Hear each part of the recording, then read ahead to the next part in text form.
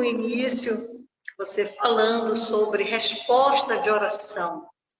E eu quero aqui testemunhar que eu sou resposta de oração. Eu não acreditava em Deus, eu zombava de crente e fui morar ao lado de uma Assembleia de Deus. E não falava com as pessoas da igreja,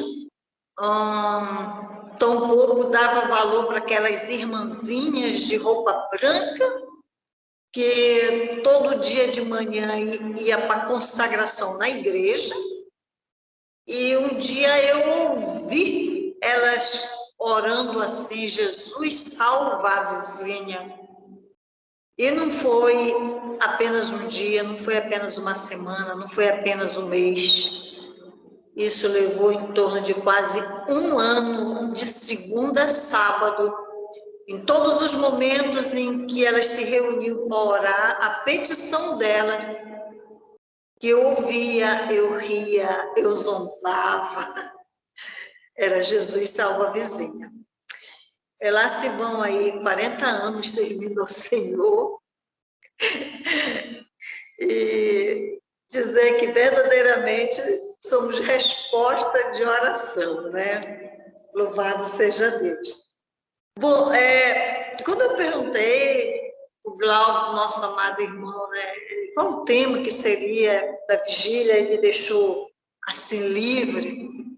E hoje, no meu momento a sós com Deus, eu abri uma das minhas Bíblias e uma anotação, que eu já tinha esquecido que eu tinha feito esta anotação, mas que é interessante compartilhar com vocês. Porque assim, nós estamos vivendo os dias difíceis, nós estamos vivendo aquilo que Paulo falou para Timóteo, né? Que descreve direitinho como seriam as pessoas, seres humanos nesses últimos dias. E, de repente, a gente percebe que, às vezes, ao nosso redor, pessoas estão largando não só as nossas mãos, não só a palavra de Deus, como Deus também. E o que eu anotei me fez refletir, porque são fatos que aconteceram no século I, que é tão atual o que está escrito nas Sagradas Escrituras, do que o próprio jornal que está sendo emitido agora pelas redes sociais, né? E a quem, então, devemos atentar nesses últimos dias? Aí eu quero que você, comigo, abra as Sagradas Escrituras vamos a 1 Timóteo, capítulo 1, versículos 19 e 20, que Paulo escreveu para Timóteo dizendo assim: conservando a fé, a boa consciência, a qual alguns, havendo rejeitado, vieram a naufragar na fé. Entre esses encontram-se Himeneu e Alexandre, os quais entreguei a Satanás para que aprendam a não blasfemar. Diante dessas palavras aqui, eu percebi que tanto Himeneu quanto Alexandre, eles foram participantes do ministério de Paulo. Eles foram participantes da igreja, então, que estava surgindo. Eles eram participantes do corpo de Cristo. E eu fiquei assim: uau! Não só nos primeiros séculos já havia quem naufragasse na fé, quem blasfemasse, porque se enquadra no contexto de blasfêmia aqueles que sabem, que já conhecem, que conviveram e começam a negar ou atribuir a Satanás os feitos de Deus. E aí a gente olha para um lado, olha para o outro. Nos nossos dias existem pessoas que estão no mesmo espírito de Emineu e de Alexandre. Pessoas que um dia testemunharam da fé. E é interessante que aqui no 1 Timóteo há um verdadeiro compêndio sobre a fé, mas eu não vou falar agora sobre isso. Entretanto, eu quero me ater àqueles que já provaram do poder e eficácia do sangue de Jesus, que já receberam cumprimentos de promessas, pessoas que andaram no caminho e que escolheram e tomaram decisões a andarem no caminho de Himeneu e Alexandre, náufragos na fé, deixaram de acreditar. Como eu iniciei falando, eu não acreditava em Deus. Então, eu já estive neste ambiente de incredulidade. Mas a partir do momento em que a gente se permite ir mais a fundo, se permite que a água do conhecimento, do relacionamento com Deus, vá gradativamente subindo, né, dos arteios e alcance até aquela situação que a gente não consegue mais se aprumar no próprio pé e ficar totalmente na dependência do Senhor. E essa é a caminhada e a jornada da fé. Mas muitos se dão por satisfeitos com conhecimento não teórico, mas prático, experimental com o Senhor, e fica somente no artelho, e daí recuam para trás e não avançam nessa questão de conhecer ao Senhor. Né? Conheçamos e prossigamos em conhecer o Senhor. Então, já vimos aqui que Emineu e Alexandre naufragaram na fé. Mas em 2 Timóteo, capítulo 1, versículo 15. Vamos aqui, 2 Timóteo, capítulo 1, versículo 15. Bem sabes isto, que todos os que estão na Ásia me abandonaram, entre eles Figelo e Hermógenes. E aí a gente percebe que agora mais dois abandonam a caminhada com Paulo e com Cristo. E aí a gente vai vendo em 2 Timóteo capítulo 2, versículos 17, que diz assim, versículo 16, 17, evita os falatórios inúteis. Por quê? Porque produzirão maior impiedade. E a palavras desses corrói como câncer, entre os quais estão Himeneu e Fileto. Você começa a perceber que, a palavra certa não é qualificação, mas há adjetivos negativos, eles não são restritos aos nossos dias, mas nós nos deparamos com pessoas que estão naufragando na fé, com pessoas que abandonaram Paulo, que abandonam o ministério, que abandonam o pastor, que abandonam o ciclo de oração, que abandonam a escola dele, que abandonam a Cristo, que abandonam a palavra do Senhor. E agora nós nos deparamos com aquelas pessoas que têm palavras, que são palavras que têm um poder destrutivo, tal como um câncer que corrói. Isso são palavras do apóstolo Paulo dizendo, e as palavras das pessoas que têm falatórios inúteis, que são impiedosas, as palavras delas corroem como um câncer. E versículo 18 diz, aonde está a causa disso tudo? Se desviaram da verdade, dizendo que a ressurreição já aconteceu, e perverteram a fé que alguns tinham. É interessante, parece que está falando da igreja de hoje. E aí, a gente vai para 2 Timóteo, capítulo 4, versículo de número 9, diz assim, procura vir ter comigo depressa, porque Demas me abandonou, amando o presente século, e foi para Tessalônica, amando o presente século, amando o mundo, amando o estilo de vida entrevadas, me abandonou. E no versículo de número 14, diz assim, Alexandre, o latoeiro, causou-me muitos males. O Senhor lhe pague segundo as suas obras. Ai, ai, ai, ai, ai, ai, ai. E aí?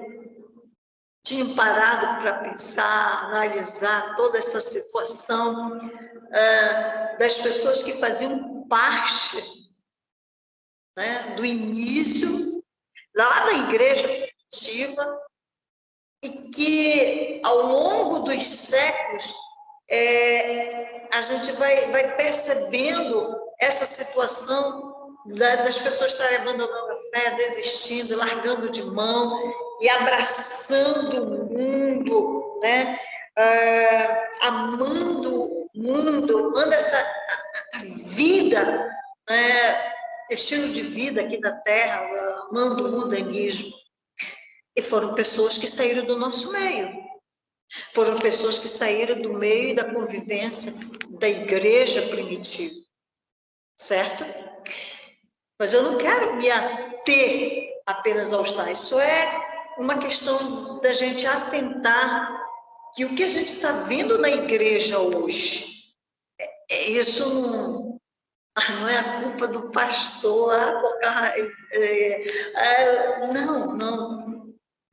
São pessoas que tomaram decisão, que largaram de mão, que não perseveraram, não querem ir para o céu. Mas eu quero agora conduzir a vocês, retornando a 2 Timóteo aqui, capítulo 2, versículo 16. Diz assim, capítulo 2, 2 Timóteo. Não é isso. Ok. Vamos a Colossenses, capítulo 1, versículo de número 7. E aí, eu quero que você medite no exemplo deste servo, desse companheiro de ministério, e a minha petição ao Senhor, que Ele levante muitas pessoas com esse ministério, com esse coração, que está escrito em Colossenses 1, 7. Vou ler desde o versículo 3, que diz assim, graças damos a Deus, Pai de nosso Senhor Jesus Cristo, orando sempre por vós, desde que ouvimos falar da vossa fé em Cristo Jesus, do amor que tendes para com todos os santos, por causa da esperança que vos está reservada nos céus, da qual antes ouviste pela palavra da verdade do Evangelho, que já chegou a vós. Em todo o mundo, este evangelho vai frutificando, como também entre vós, desde o dia em que ouvistes e conhecestes a graça de Deus e verdade. Versículo 7. Aprendeste isto com Epáfras, nosso amado conservo, que por vós é fiel ministro de Cristo, e que também nos declarou o vosso amor ao Espírito. Epáfras. Pode ser que passa desapercebido este obreiro, este servo de Deus, esta referência para nós nos dias de hoje. Aquele que ensina e ensina ao povo a crer, a ter fé, a ter amor, a frutificar, leva o povo a conhecer a graça de Deus em verdade. E que, além de tudo, é um fiel ministro de Cristo.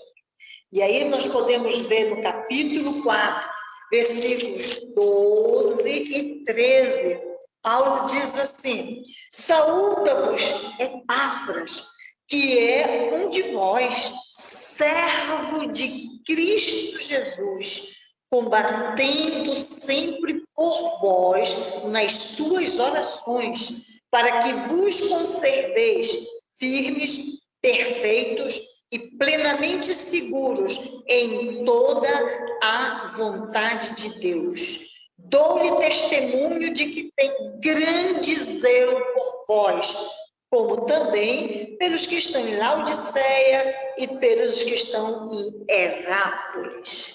Olha só, nós falamos aqui alguns nomes e algumas situações nada agradáveis, mas nisso tudo a gente vê os diamantes também bem entranhado na palavra do Senhor, que nos serve de inspiração.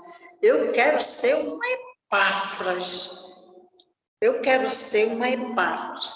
E, para quem não sabe, eu tenho um zap que é 24 horas de oração, e o nome do nosso grupo é Epáfras, porque a gente fica orando, né, pelos nossos irmãos, e o versículo base do nome do grupo é justamente esse que Paulo diz, que ele combate por vós nas suas orações.